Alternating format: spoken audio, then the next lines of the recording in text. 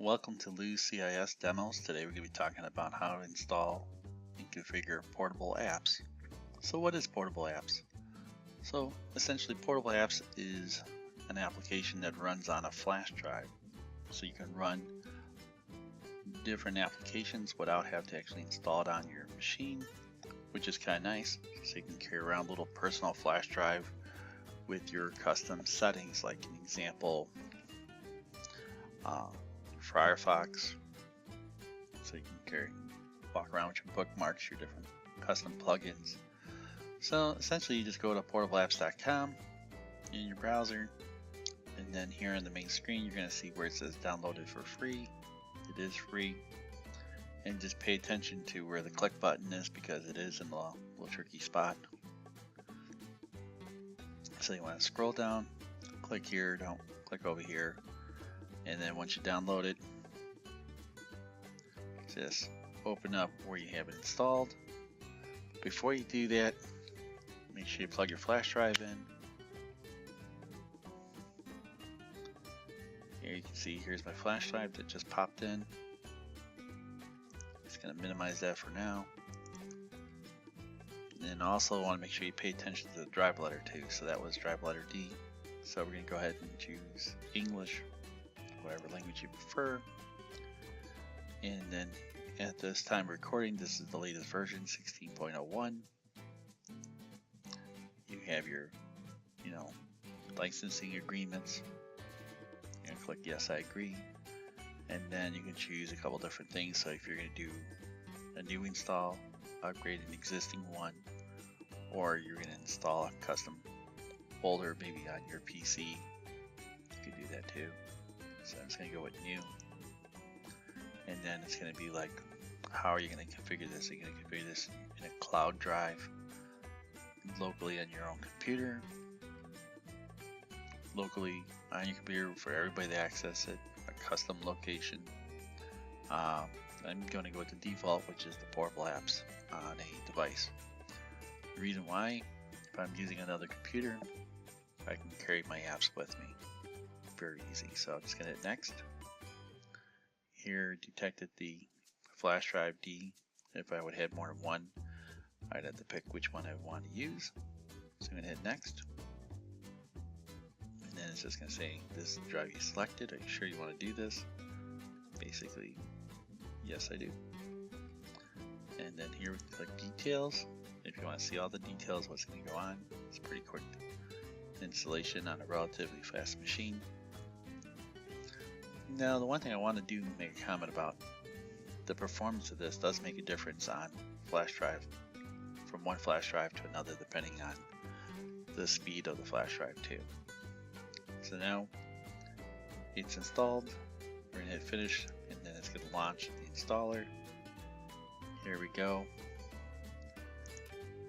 That is my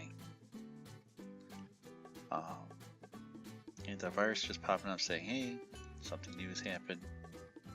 So now as soon as it's connecting the portable apps, so we can pick which one we want, or which applications we want to install. So here this just shows you the platform. Here's giving you what's new from the version, any sponsors, apps, and then if you want to make a donation, if you really like it, it doesn't hurt to click donate. So here is a list of applications that you can scroll through and pick, and you can go back to this anytime you want. So let's say you pick one or two apps that you want to do more later, you can. So you don't have to worry about doing it.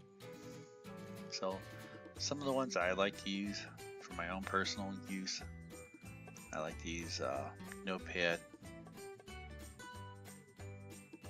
In this category, you can also use the portable apps launcher, Porterizer. Never used it, so I'll try it out one time. And then I mainly use it for more or less, not for games, but for utilities. So let's scroll down. Here you have stuff for graphics, imaging. So like an example, if you're a big GIMP person, there's one right there. Fast Stone Viewer, is nice. That's the open source one. You can also go to third-party sites and download the additional plugins. So let's just check the box. And let's see what else. Now we have stuff for the internet. So if you're a big Chrome person, an example, if you use, FTP is a good one there.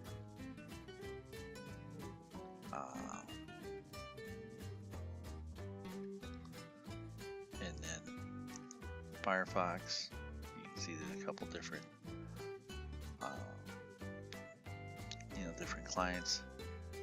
PuTTY, if you're a big IT person, you're getting an IT one, connect to Linux boxes, Cisco boxes, things like that for SSH. It's a good SSH client.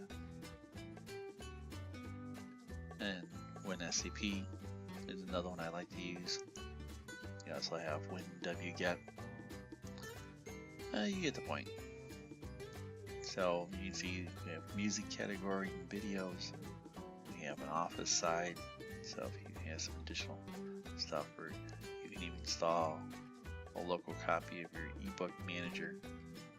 So if you did want to install it on your own machine or run it on your machine, but you want to carry your library of books with you, it's a good way of doing it too. You can have your own PDF reader, so maybe you like your own PDF reader. And then you have your different security tools, so like if you want to add additional MAP, again, these are a bunch of different utilities you can go through and use. Not a big deal. If you want to encrypt your hard drives, some good stuff there too. Good utilities, like 7-zip, I like to use a lot of that. So you can see there's a slew of programs, and if they're not even on here, you can probably find them somewhere else too, because there's a few programs I like that I've added in there, like Windows Sys Internals is a good one. I like to download the whole thing. Also, if you're making a lot of bootable drives, these are some good utilities they have with you. And then you essentially hit next, and then all the ones that you clicked on, they're just going to install next, or download and install.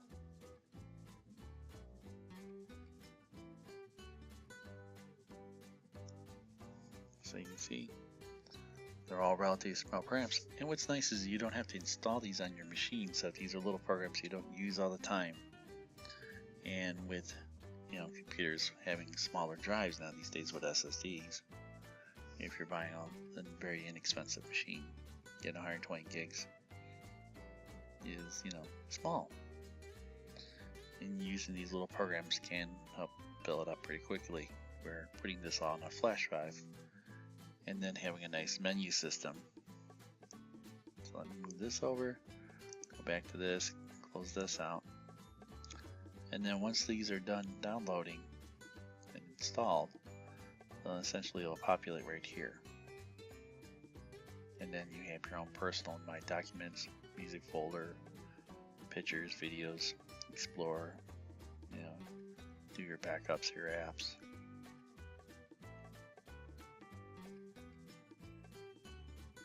And you can kind of cater the categories. You can see they're now starting to install, and they're populating inside here. So what does this look like? Here, while that's running, here you can see essentially this was a blank flash drive. Now you can see we have My Documents folder, we have the Portableapps folder, and we have the executable, which is running. In the Portableapps, you can see here it has Portableapps as the programs files that makes up Portableapps is in here, and all the additional programs like 7-zip, FileZilla. You can see that they're all putting in here. So it's kind of nice. So it's a nice little system. I recommend people checking it out. And you can still use the flash drive for other things too. You don't have to not use it only for portable apps. So this is a good utility if you're going around to different places and needing particular applications with you. I like it for the book. I like it for the web browsing. So if I'm going to one computer to another, I can have my bookmarks and my plugins with me, which makes it nicer for me anyways, because a lot of times I might not know the particular site that I want to go to. By having the plugins for it makes it really nice. I wish for this demo I would have done shorter ones so it wouldn't take as long. So I'm going to pause and be back in a moment. And also you'll get some pop-ups with some licensing agreements that you'll need to click on. And you want to click on those, otherwise this will not finish installing. It'll be sitting here waiting for you. Now that it's finished installing, you just click finished. And then here's your start menu, here's your applications. So like an example, here is Firefox loading up. You can see he has a little portable logo on it. So most of these, if they're made for portable apps, when they launch, they're going to tell you, they're going to make the comment saying, oh, it's for portable apps. Yeah, they do take a little longer to load up. And then again, a little antivirus is running. So it does take a moment, a little bit longer to load. But it is nice because then if you add your plugins, your bookmarks, they're going to follow you. I like it for that feature, for that particular feature myself.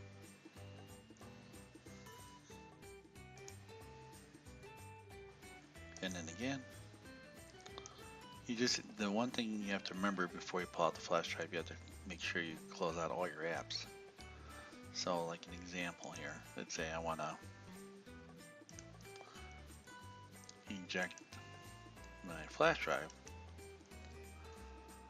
It's not gonna let me remove the flash drive because I got programs running. So just want to share that with you. So you have to turn all of it off. And then here it'll say, would you like to automatically exit? You can say yes. And then see here he's telling you the Firefox is still running. That was because it was running at the time I was making or starting it. And then just show you an example here. Copy it. So there's a particular program I had downloaded, and you can see that I can use the flash drive as a normal flash drive. So you just have to make sure you end your programs. And now that it's gone, I should be able to go in here, and there you go, remove the device, and then I can plug it back in. It's not going to automatically run, you just have to double click start, and there you go, you have your thing. And then you can go in, so let's say, oh, I want some new applications, so I just go to applications. I can check for updates, or if I download some not from Portable Apps, I can just click here, and then it's going to look for a file that has the file extension,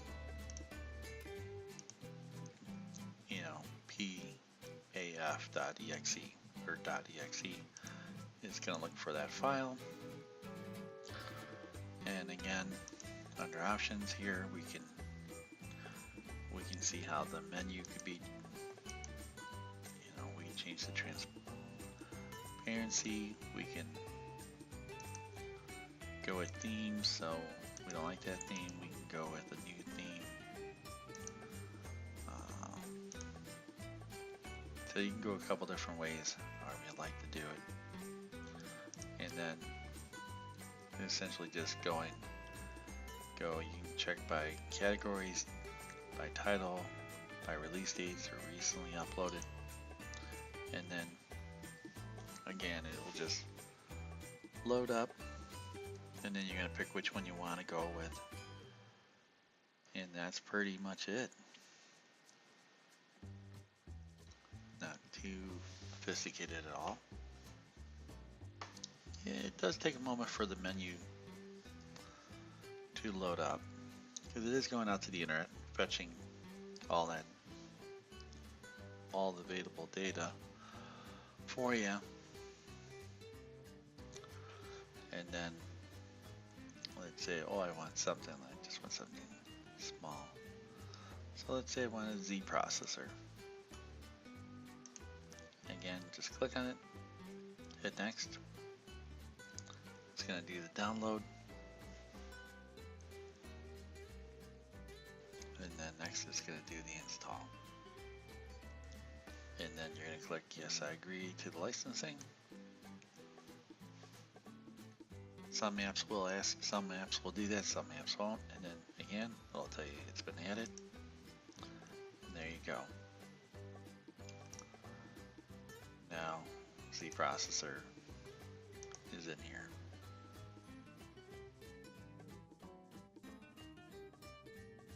There we go. Alright, well, thanks for watching. Bye.